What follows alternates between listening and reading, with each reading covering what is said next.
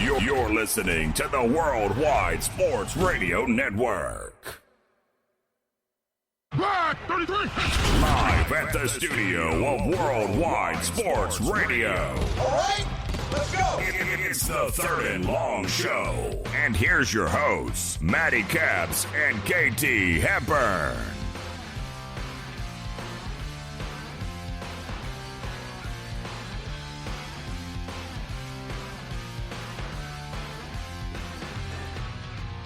And welcome everybody to a brand new show of Third and Long here at the Worldwide Sports Radio Network. You got myself, Mr. Matty Caps, along with my co-host, producer, and good friend, Mr. Speedy Petey as well. We are live. We are back here in Holbrook, New York. Speedy, how you doing, bro? How's everything going? It's been good. I mean, it's definitely relaxing, not having to do a lot of work. I've been traveling around between my house. I actually went to my brother's volleyball tournament in Pennsylvania, which was interesting. Tried some beer over there. It was actually pretty good. And then tell everybody the name of the. This was funny. Yeah. So off air, we were talking about this. One of the names of the beers that I tried, I laughed the first time I saw it. It wasn't my favorite one, but it was my favorite name. It was called Rogue Dead Guy Ale. Was the name of it? It was the funniest thing I've What ever a name for a beer, Rogue Dead Guy Ale. Yeah, it was a Pennsylvania brewery. It was just so funny the way it ended up happening. But yeah, definitely been relaxing overall. Just weird. I haven't been on the air in a week and a half, 2 weeks. Yeah, give or take right around there for both of us. It's been a little while as we were moving. We had to wait for the cable and internet and all that good stuff. And now we're back. We're live, and we are ready to go. So, Speedy, how does it feel to be back? A little tiring, but still good. Yeah. I mean, you haven't had to edit. You haven't had to do much. I mean, no, I did not. It had to be nice and relaxing for you for the first time in a long time. The only editing I really did was mainly my own stuff I haven't been able to get to. All the clips that I've been just haven't had time for between all I'm doing here and also the holidays. Of course. Well, the holidays, that'll do it for you. So it is good to be back. But, ladies and gentlemen, we have a lot of stuff to go through today. I mean, there's just so much stuff that we could talk about. And one of the main things we are going to talk about today, we're going to get into the NBA today. We're going to talk about the Lakers and Celtics. We're going to talk about what that really means. We're going to talk a little Major League Baseball. Spring training is here. When does the season start? 3.5 weeks, right, Speedy? I think it's March 23rd. March 23rd. So literally about 3.5 weeks till first opening game of the Major League Baseball season, and that should be quite exciting. I'm looking forward to that. I don't know about you, but I'm looking forward to that because I mean I feel. Well, it seems like we never had an off season, so. Yeah, but you want to know what it is. We're going to get a lot of that off season talk into the season too. And we're going to need it, but you want to know what it's like is like football season's over. I mean, it's a slow time. I mean, we still have the basketball. We still have college basketball. And we're going to get into college basketball sometime this week as well because I want to talk about the NCAA tournament coming up as well. Two teams took shocking losses on Saturday. I could not be happier when you and I were talking over the weekend about the team that I hate the most. And it was just very, very exciting. But let's get into it right now, Speedy. I don't know if you caught the game yesterday, but I watched the game yesterday at 3:30. I watched the Lakers versus Celtics take on each other, and man, what an exciting game that was yesterday between the Lakers and Celtics, and for everybody who ended up catching the game, they were in for a treat, especially that second half. But Jason Tatum, that's who I want to talk about first right now, and Jason Tatum is becoming an absolute superstar. Or has he already been a superstar, Speedy? Do you think the Lakers are kicking themselves in the butt by not drafting him number 2 instead of Lonzo Ball? Superstar, I don't know. Definitely he was a star before that, but I think this season he's really elevated into a superstar. In terms of if the Lakers are kicking themselves, maybe they are, but again, he was a young player, and look what the Lakers have turned into with LeBron now. He might have even been part of the trade for Anthony Davis, too. We don't even know. 100%. Hypothetically, he was there. So. Listen, you're 100% right. He could have been a part of the trade, but you see what they're doing now. And this Laker team, they're the first in the West. They're first in the point scoring. They're first in a lot of statistical categories in the National Basketball Association. So this team really does look like it's getting built and ready for the playoffs because this team is just beating everybody. And yes, you look at yesterday's game, they did beat the Celtics yesterday, but again, the Celtics were missing Kemba Walker. All right, I mean the Lakers won by 2, and there was some shoddy calling refereeing on both sides of the ball, which was quite intriguing. Yeah, that never happens. No, never. Not in the NBA. It never happens in the NBA. But besides that, I really do want to talk about Jason Tatum because if you look at the way Jason Tatum has been playing basketball, he is taking – first of all, he's absolutely loved in Boston. They love him there, okay? They really, really do see a lot of potential out of him. And how can you not? Jason Tatum yesterday in 37 minutes, okay? 37 minutes. That's a lot of minutes, okay? He sat for 11 minutes throughout the entire game. That's a lot of minutes, okay? But he was very, very efficient yesterday. He shot the ball 12 for 20. He was 4 for 7 on threes, 13 for 15 from the free throw line. He ended up with 41 points in the Staples Center. 41 points in the Staples Center, and he was doing it efficiently too.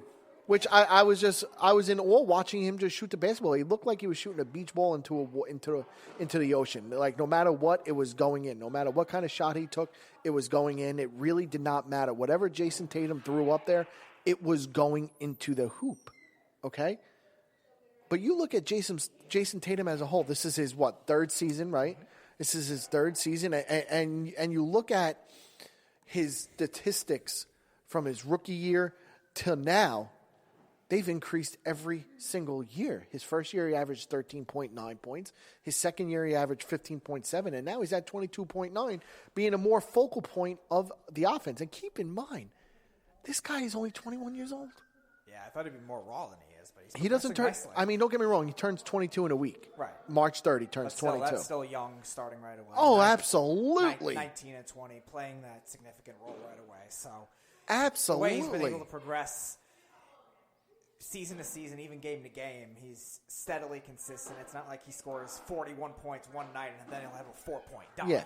Oh, no, he's very, very consistent. And that's the one thing as an analyst like myself and just a fan of the game, that's what I like to see is the consistency of guys improving. I say that in the NFL a lot. What did I say about Daniel Jones this year?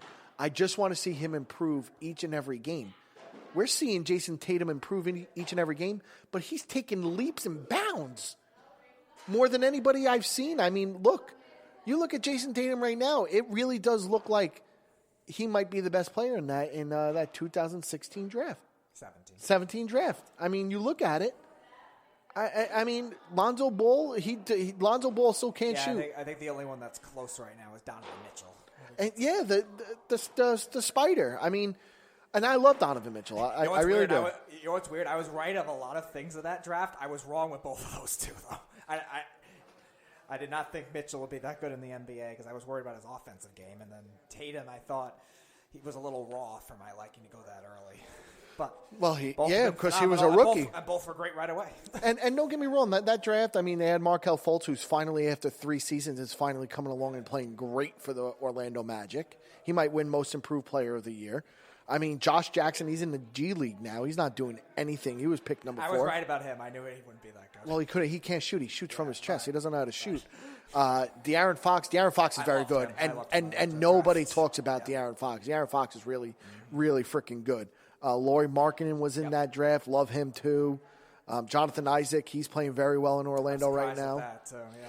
So, I mean, you look at this draft and you look at the guys in it and stuff. Jason Tatum just looks like he's head above shoulders better than everybody in this draft, and that's including Donovan Mitchell at this point in time. But Donovan Mitchell is Donovan Mitchell. Donovan Mitchell puts up numbers wherever he goes. For someone who's only 6'2", he does a lot of big time work within the NBA. But Jason Tatum and this Celtics team, and keep in mind yesterday they lost 114-112 yesterday to the LA Lakers. All right. But you look at what he did yesterday, and again, I talk about efficiency because efficiency is very important to me. And especially, with the game changing a lot more with the analytics. Yeah, it's very important. But he also had 5 rebounds. He had 2 blocks.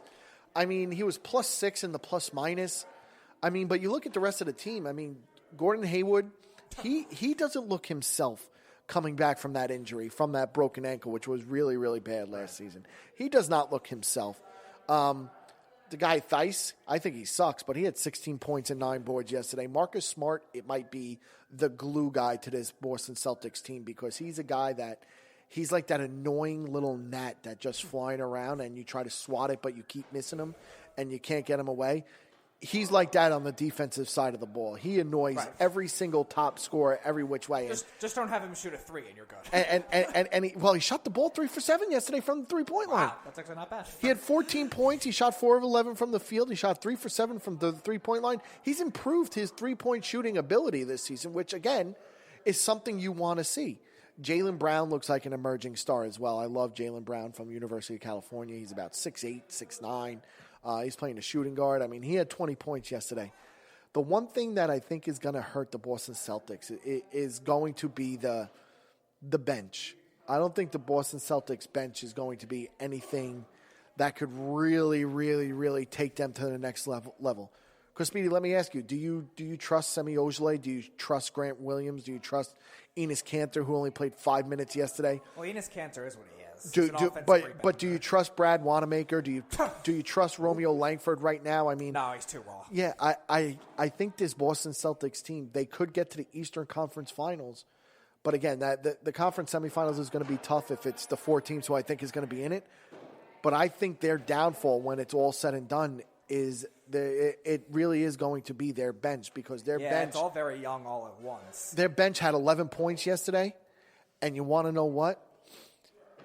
Yeah, the Laker bench had 42. Yeah, veterans. 42. There's a veteran bench versus a young bench, and Brad Stevens has done well. I'm sorry, 43 points. I lied. Maneuvering those kinds of players around to have them fit. But yeah, a lot of them right now, with the exception of Kanter, are very raw college-type players. Langford was raw. He was 18 last year, and then he had a wrist injury. You had Carson Edwards. You have Tremont Waters. These are all guys that played in college last year. Grant Williams, you loved that Tennessee team last year with him. They're all very raw players. Taco Fall. I did, and that other big guy too, who went in the second round of the NBA draft from Tennessee. Bone. No, he was a guard. Oh, who was? Yeah, I don't remember. Oh, Admiral Schofield. Yes. So yeah, they right now besides Kanter, really their bench is very raw right now. So it'll be up to Brad Stevens. It'll be up to a lot of those other young stars like Tatum, like Brown, if they play in rotation with those guys to make those guys better at this point. And that's the whole thing. I don't get me wrong. And again, you look at this Celtics team. They're very, very young. They're very, very young. I don't see any old guys on this team. I mean, who might be the oldest guy in this team? Kemba Walker, and he didn't even play yesterday, and he was injured. It could be Enes Kanter. And they still lost by 2. And Enes Kanter could be the oldest, but he's only like 26. Enes Kanter is like 26 years old. Actually, Daniel Theis is the oldest player on the team by a month or so. I'm sorry, Enes Kanter is 27. How old is Theis at? I mean, like, you look at the young... Theis is 27. He's 27. Theis is 27. Oh, Hayward's the oldest. Hayward is the oldest. And again, he's another guy that looks like he's 15. And yeah, Hayward's going to turn 30 in about a month. Yeah, and he's 29 years old. I mean, this team is very, very, very young. Especially that young core of Jason Tatum, Gordon, Jaylen Brown, and Kemba Walker. Kemba Walker's only, 26, 27 years old? I mean... This team has a lot of room for growth. And, again, you have to give Brad Stevens a lot of credit because he's taking this team that looks really good on paper and making it even better when they're on the floor. Brad Stevens is an outstanding NBA coach. And you saw 2 years ago in a similar situation, they made the Eastern Conference Finals with that kind of more young team. Now, again, a lot of these players are more raw. Obviously, Tatum and Brown are who they are. We've seen what they've been in the league. And Kemba Walker is a phenomenal player. So that's not the concern with them. It's more of those other types of the players we just listed, the Ojeleys, the Langfords, guys like that, Grant Williams, like we said, and Marcus Smart. obviously is that now turning into that veteran guy, even though he's still young too, just because he's been on the team forever too. So. Exactly, and that's the whole thing. Sometimes these young kids have to get thrown in right into the Lions' den and be that leader that Brad Stevens need, especially when Kemba Walker's not on the court, because Kemba Walker is such an important piece to that team that he's needed, and he's needed greatly on that team. So you look at it, this team has a lot of room for growth. Wouldn't you agree, Speedy? This team has a lot of room for growth. It's a lot of raw 18, 19-year-old players on the bench right now, and Brad Stevens, obviously a former college coach, is a good coach to work with those types of players. We'll see how much it makes a difference in the postseason. But again, I think when you look at that kind of coach, I trust him to work with the depth more than, I guess, a veteran coach that these guys might not be used to. And Stevens being one of the more consistent coaches in the NBA recently, that'll help a lot. So let me ask you this, Speedy. Jason Tatum, an emerging superstar? Yeah, I would say so. I think he's already grown into that this year, and I think Kemba Walker has really helped him a lot in terms of being the player that he wants to be, because Kemba Walker can give him better passes, and being more of an attacking point guard, he can help Tatum's role a lot as a shooter, and also he's a decent passer himself too, so that ends up helping that kind of team. I think Kyrie Irving, with his style of play, kind of hurt Tatum's growth as a well-rounded player last year, and now you're seeing him really grow into something different in terms of a small forward, in terms of a wing player that is needed in today's NBA. Yeah, I mean, and that's the whole thing. I love watching Jason Tatum play. He's just so good at someone so big. His handle's gotten a lot tighter. He's going to the rack. He's trying to put it down on people. It's very enjoyable watching Jason Tatum play the game of basketball. So you and I are really in agreement there then that he's an emerging superstar. I think so. And in the coming years, 2-3 years, he will be a superstar. He will be one of the faces of the NBA as long as he keeps working and getting better and better in the game of basketball. Mm-hmm. We're both in agreement with that. Yeah, it'll be interesting to see contract time too, what that ends up happening if the Celtics decide to sign him as well, because again, Kemba Walker got a big contract, but the rest of the team is young, so they're going to have to commit to him. Some of these young players you know they're going to commit to him, and you know they're going to commit to Jaylen Brown. Those are going to be two guys that they are going to commit to. And you look at Gordon Hayward, what does he have now? 3 more years left on his contract. So possibly when the time comes, especially for Jason Tatum, Gordon Hayward will be on his way out, and Jason Tatum will be getting that contract that Gordon Hayward once had. But again, inflation will take charge, and who knows where the cap space will be. It might be bigger at that point, and teams might be able to give guys more money. Well, what still makes it hard, though, is in the NBA you have to match salaries to some extent. So even if you try to move Hayward's contract, you're going to have to get back. He's going to be a free agent, and he's going to be 33, 34 years old. They might just let him walk at that time. They will if they can't move it. But at that point, will Tatum have to be paid before that is the question. I'm not sure how that contract ends up working, because I know NFL rookie contracts are for 4 years or 5 years, depending on if you're a first-round pick or not. I don't know how it works in the NBA, though. Yeah, wait, repeat that? I know in the NFL, if you're a first-round pick, you have a 5-year deal or a 4-year deal with an option. If you're a second-round pick or later, you're a 4-year deal. No, if you're a second-round pick, you're not guaranteed any money. You're not guaranteed anything. It's the first-round draft picks that are guaranteed money and guaranteed contract. No, I'm not talking about the money. I'm talking about the length. They don't have a contract. If you're in the second round, you don't have like a contract. You're on the team and stuff, but you have to negotiate your contract. Like if you're the first round pick, you automatically get like a $7 million over 5 years or whatever. Really? I always thought it was 4-year contract. I mean, look it up right there. I mean, listen, I could be wrong, but I'm pretty sure you get set prices because the lower you get drafted is the less money you're going to get compared to the first pick of the overall draft to the 30th pick of the overall draft. So just look that up and see what it is. But, yeah, Jason Tatum is an emerging superstar. He really does look like the real deal in the NBA, and he looks like he's going to be the face of the NBA, along with possibly Donovan Mitchell, along with a bunch of these other young guys that are out there right now. But, Speedy, you obviously didn't catch the game yesterday, and if you looked at the game yesterday, the Lakers won 114-112. Do you think this is a statement win for the LA Lakers, or do you just think it's just a regular win means nothing? It's somewhere in between. I think statement win, you like to see it late in the season, and you like to see it against a good team like that.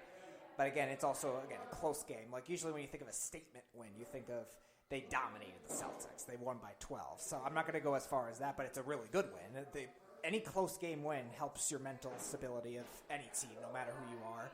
And to be able to finish strong, to be able to make key shots, make the right basketball plays, stuff like that, that's a big key when in any close game, no matter who you are. And for a team like this, who Anthony Davis has very little postseason experience, you got some guys on the bench. Little. Some guys on the bench who haven't been there in a while. So you have certain instances where that kind of thing will help in winning these key games, especially since obviously having the All-Star break, you could lose a little bit with rust and stuff like that. That's a big win in that area. Yeah, and it really does look like it. In my opinion, do I think this was a statement win? I find it hard to be a statement win. And I really... Ooh, excuse me. Sorry. Didn't mean to hit that. But I find it hard to be a statement win because Kemba Walker did not play in this game yesterday. He was out, I don't know, for rest or injury, but Kemba Walker did not play in the game yesterday. And that was my biggest... And that's my biggest take from this is that they only won the game yesterday because Kemba Walker did not play in this game yesterday. And that is what you can, that's really what you have to take from it. Do I think it would be a statement win if Kemba Walker did play? Absolutely, it would be a statement win. It would be no questions asked. It would be a statement win if Kemba Walker did play. Okay, but Kemba Walker did not play yesterday, and that changes a lot. Now, would Jason Tatum go off for 41 points? No, Right. because you have to keep in mind Kemba Walker is a volume shooter. He shoots the ball a lot. Okay, I don't think he would have got as many shots up, and I don't think he probably would have been as efficient if that was the case. If he was the guy there. So maybe to a point it was a statement win because, yes, it's Lakers-Celtics. The rivalry with the Lakers and Celtics goes all the way back to, the 60s, 70s, 80s, especially the 80s. They used to battle each other in the NBA Finals almost every single year in the 1980s. Right. So that's the only point I could look at that it is possibly a statement win. But other than that, I find it hard to be a statement win because they weren't fully healthy and Kemba Walker did not play while the Lakers had every single person play yesterday that was supposed to play, including Anthony Davis, who looked weak at times in the fourth quarter. I think Mr. Frank Vogel over there has to start giving him rest because he looked tired and beat going into the fourth quarter, missing easy layups that he never ever misses. Wow, that's really not like him. Like, bad. Like, I was shaking my head. I'm like, why are you so weak right now? Go up strong. Like, what are you doing? So I couldn't believe what I was watching with Anthony Davis as a whole. Yeah, it's one thing to miss shots. It's another thing if you're a guy that big to miss layups. Yeah, it was very, very, very shocking to me to watch what I was watching yesterday with Anthony Davis, especially in that fourth quarter. It was just something that I just didn't really see. Expect to see. Sorry, I saw it. I just wasn't expecting to see it with that. So it was just very, very shocking to me watching that game yesterday and watching how poor Anthony Davis was in the fourth quarter. I mean, he did hit a couple big shots in that fourth quarter too, but this game could have been way out of reach if he was able to hit quite a few of his layups. You look at Anthony Davis yesterday, he shot 10 for 25. Out of the 15 shots he's missed, he probably missed 4 or 5 easy layups that he doesn't miss. I'm going to probably even say more. I'm going to say 6 to 8 layups that he never, ever misses. He still finished 32 and 13. He shot 3 for 5 from the three-point line, 9 for 12 from the free throw line. But it's just stuff like that you just look at and you just shake your head like, you want to be the best player in the world. You're already a top 3, top 5 NBA player. Am I right, Speedy? You could agree? Yeah. Anthony Davis is a top 5 along with Kawhi Leonard and possibly James Harden if people really like James Harden. Know if I would put him I wouldn't. I hate James Harden, so trust me, I'm just doing it to appease everybody. But LeBron James, Anthony Davis, Kawhi Leonard, those are the three top guys, amigos for me. This game yesterday, it was very intense, and you saw the teams playing defense. yesterday. I was very shocked to see that you actually saw some defense in the NBA. The refs, Nice. the refs is something that you always expect to be bad, and they were again bad yesterday. But the Laker bench, 43 points compared to 5 points of the Boston Celtics bench, and that's why I think the Celtics are going to have problems going into the playoffs. And they could listen. The Celtics are Jekyll and Hyde, in my opinion. They could go all the way to the conference finals and the NBA finals, or they could lose in the first round because they don't get the production that they need from the bench. And Boston Celtics are just a team that's too tough to look at right now going forward. And it seems like their playoff history, it all depends on their offense. It's really, they've had defense. They always have had a good defensive system. They've always had good perimeter defense especially. But it seems like when the Celtics have had trouble in the playoffs, it's been because they've gone cold shooting, or they've made bad passes, or they get too conservative at times, maybe just trying to wind down the shot clock. And even though they won against the Pacers last year in 5 games, a lot of those games were 90 to 86, 92 to 88, things like that. And then when they played against a better Milwaukee team, they had trouble shooting. And obviously, Milwaukee, you can't get away with that because they also have good offense too. So you're looking at a case where if they can get any level of offensive production consistently, they absolutely can go to the Eastern Conference Finals. But again, they also have had, in the 3 years that maybe this young core, with the exception of the bench players we just named, has been together, they've had some offensive duds too. So it'll be interesting. It is going to be interesting to see how it really does continue and whatnot. But ladies and gentlemen, we are going to go to a quick break here at the Worldwide Sports Radio Network. When we do come back from break, we're going to step away from the NBA, and we are going to go over to Major League Baseball. We're going to get into that when we come back here at the Worldwide Sports Radio Network. It's the Worldwide Sports Radio Network. You are listening to the Third and Long Show. And here's your hosts, Matty Caps and KT Hepburn. Welcome back, ladies and gentlemen, to the Worldwide Sports Radio Network. You got our phone number to reach us at is at 631-319-1531 is the number to reach us here at the Worldwide Sports Radio Network. You got myself, Mr. Matty Caps, and my co-host, producer, and good friend, Mr. Speedy Petey as well. And now, ladies and gentlemen, we're gonna step away from the NBA, and we're going to go to Major League Baseball a little bit. And Speedy, I want to ask you, because you're big into baseball like I am, and you're a garbage from Queens fan. That's for sure. But you look at the NBA, the Major League Baseball, and you look at Rob Manfred. Can you actually think and agree that he's probably one of the worst commissioners in all of sports right now for what he's done with the situation with the Houston Astros? Are there any good commissioners left? Is the real question. I mean, didn't seem like he was doing anything drastically wrong until, again, just now. The way he's handled this, the way the PR really has been with everything going on with the Astros, I think it's really been just bad. It's a bad look all around. I know he's trying to protect players to some extent, which, again, I've had my opinions on that. I think there is some leeway you can give just because we don't know which specific players have the raw evidence against them, and I've said that for a while. That being said, it seemed like they were just trying to defend him at all costs. He was very just lackadaisical about it, and it really looks like, just like we've seen with Roger Goodell, just like we've seen with other bad commissioners in the past, they just try to cover everything. They try to make it seem like it didn't matter. They try to make it seem like it didn't happen. And like I said, I think more evidence will come, and I think that's where the harsher penalties will come.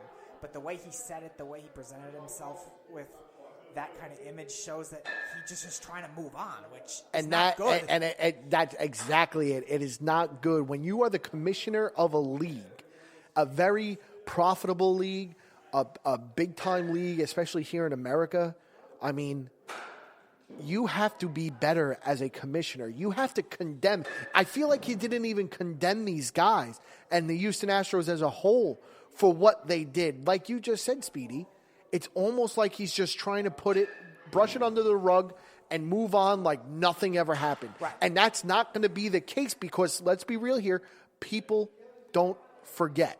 Right, and I'm okay with certain specific decisions he's made, But again, he hasn't really had to make any big-time decisions yet.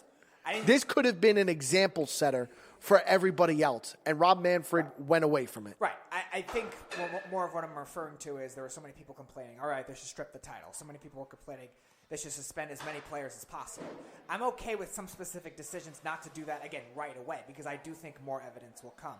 I think the player immunity thing is something that's light right now. I don't think that'll be something that will last forever once more evidence does come out, because the Astros they're hiding a lot, but again, it's a long investigation. It's sophisticated with everything involved, and more new evidence between the buzzers, between the 2019 stuff. More new evidence has come out. So as it goes on, that player immunity thing might not last, and especially with what. But that's the big thing to me is the player immunity thing. The fact that he got so scared of everything, he gave the players immunity, and that's the only time the players came out and finally admitted what they did. That is the biggest problem right there. And also, I think, too, even though, again, they're not really connected yet from what we know, again, what the Red Sox could get caught with could be affected, too. So, well, they will be. It's just a matter of time. Right. So I think whatever will end up happening with their raw evidence, what they end up doing with the replay room, if that's what they use, what they ended up doing in that season, will correlate with how the Astros players get disciplined and how the team as a whole gets disciplined.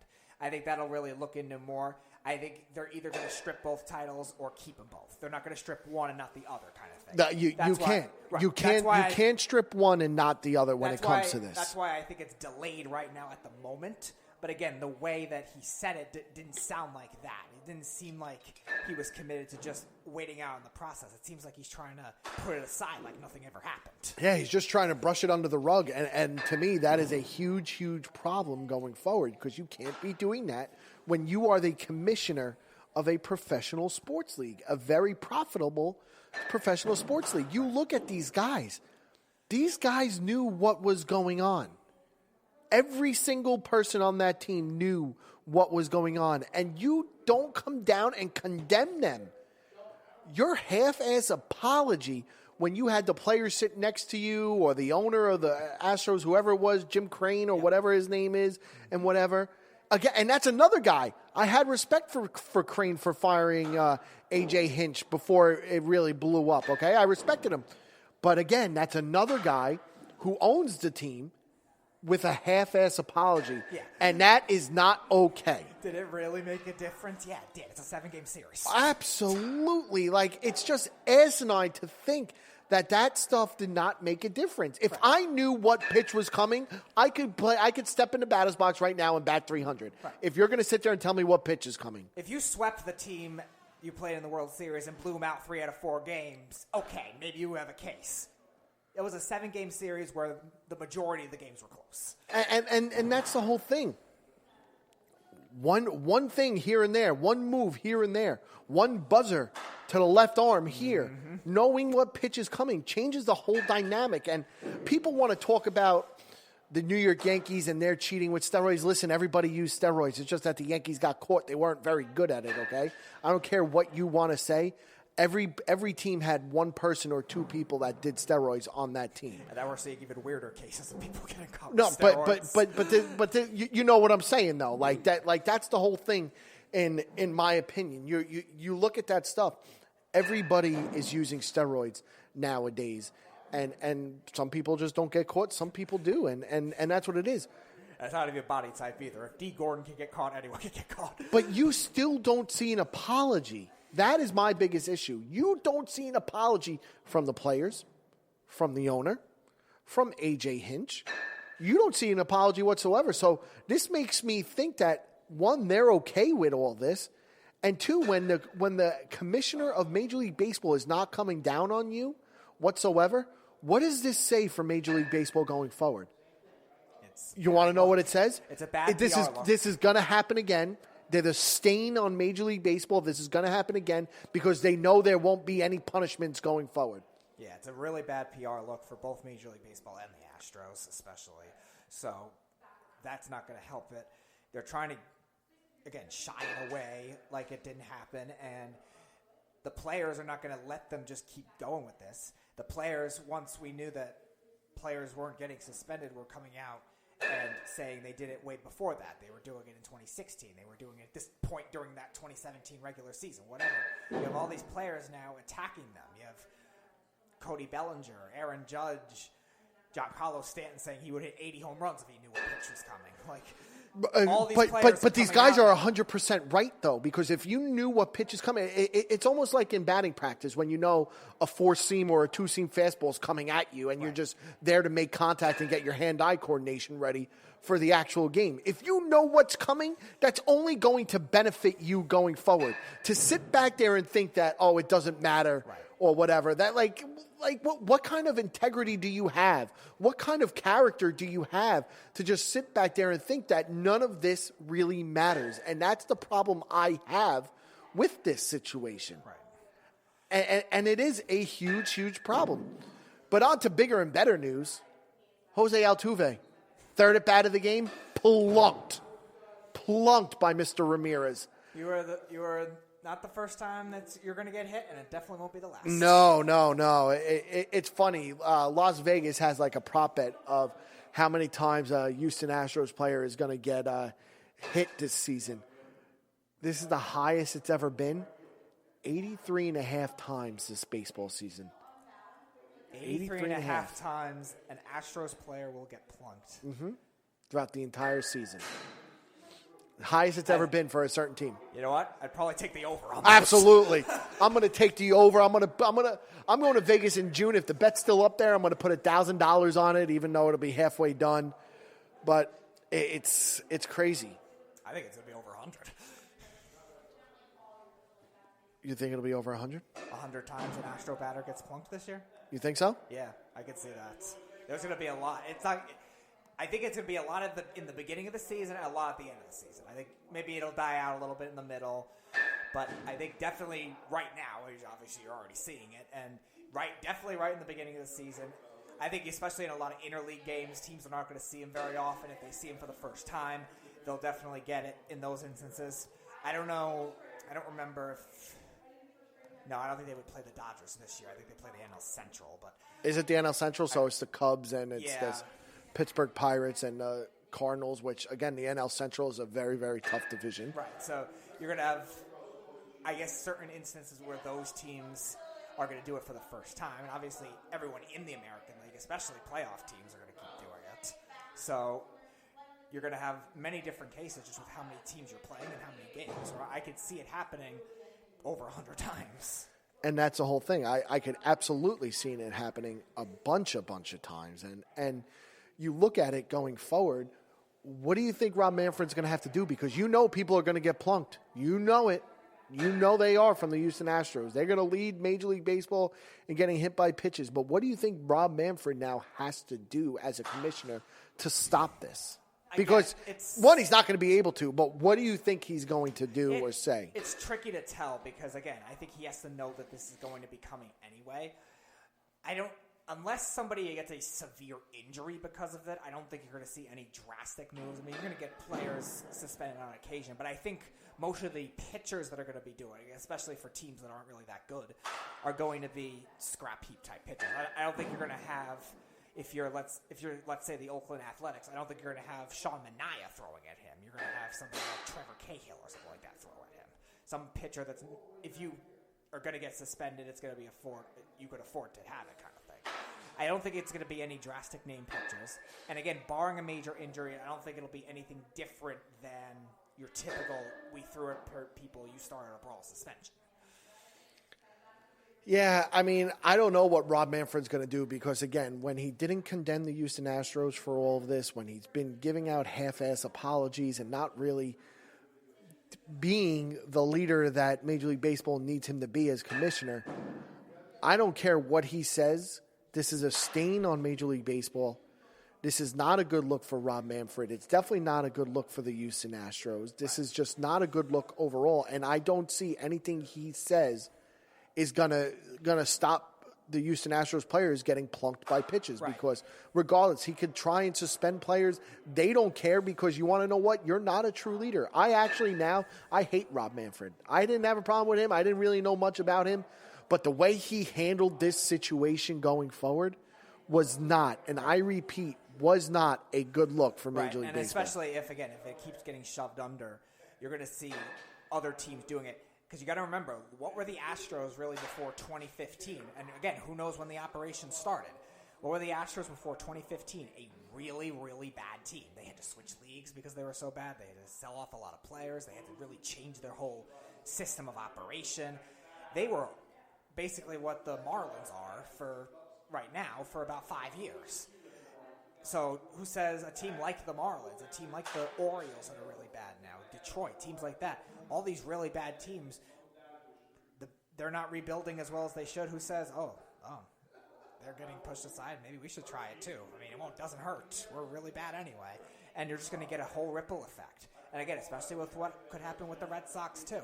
Will it end up happening to more and more teams in terms of the technology available is going to make it harder. And then also from the technology standpoint, you're going to have to make more restrictions on the replay room, maybe more security, maybe more just, again, less accessibility with certain things. So that's going to make it hard on just challenging the whole replay aspect of baseball, which, again, I was questioning when I first came into baseball, but now it's definitely going to be even more questioned with all the sign stealing.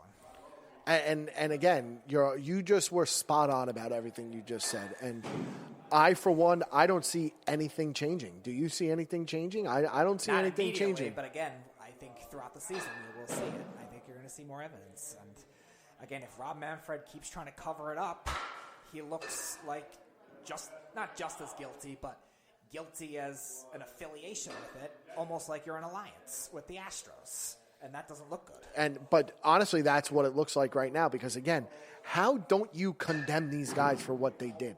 How don't you punish these guys for what they did? I'm not saying strip them of the titles, because let's be real here. You could say you're going to strip them of the title and whatnot. Everybody still feels like the Houston Astros have won the title, okay?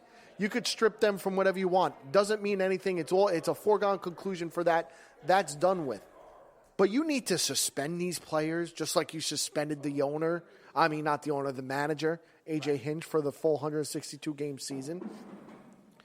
You need to set an example so this stuff doesn't happen again, because I can guarantee this is going to happen again, knowing that there's going to be no penalty for the players. And that, my friend, is a huge, huge, huge problem. Right, and again, especially since it's really – the Astros rose from being a really bad team doing it.